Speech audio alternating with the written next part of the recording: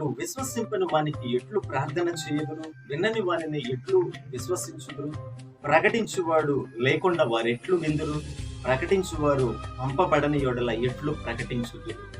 ఒక వ్యక్తి విశ్వసించాలి అంటే వినాలి, వినాలి అంటే ప్రకటించాలి, ప్రకటించాలి అంటే పంపబడాలి. ఈరోజు దేవుడు సువార్తను ప్రకటించే వ్యక్తిగా నిన్నుంచాడా, లేదా ప్రకటన చేసే వారిని పంపే వ్యక్తిగా నిన్నుంచాడా? సువార్త ప్రకటన కొరకు సహకరించే వ్యక్తిగా నిన్నుంచాడేమో. దయచేసి ఈ మాటను నిర్లక్ష్యపరచక నీ వంతు సువార్త ప్రకటన కొరకు నీవు కేటాయించడం నీకు ఆశీర్వాదం. ఇది దేవుని చిత్తము కనుక దేవుని సువార్త ప్రకటించబడు నిమిత్తము నీ వంతుగా సువార్త ప్రకటన కొరకు ముందుకొచ్చే వ్యక్తిగా ఉంటున్నావా? ఈ పిలుపును నిర్లక్ష్యపరిచి దేవుని ఆశీర్వాదాలు దూరపరుచుకోవద్దని ప్రభు